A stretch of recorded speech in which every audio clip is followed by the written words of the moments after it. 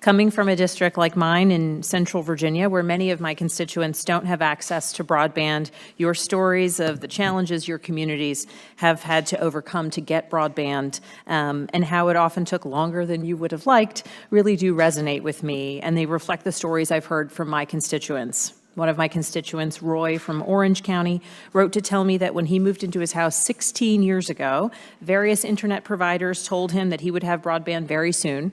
You probably know where the story goes. It hasn't happened yet.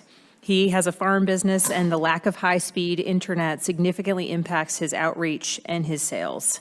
And he's also seen that the effect of the lack of broadband has had on the local high school students as they try to do their homework.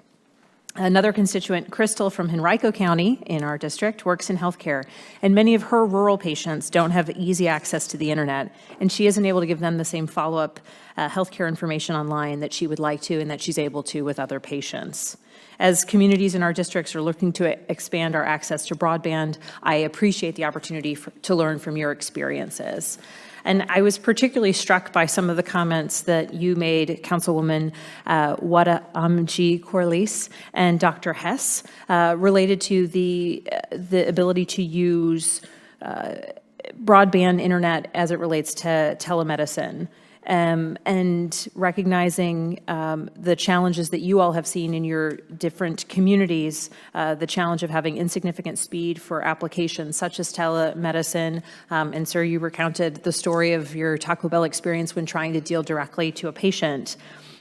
Knowing what you know now and what you have seen, I'm wondering where you think other constituencies might be able to be a part of this conversation, be it medical professionals, be it veterans, as my colleague mentioned.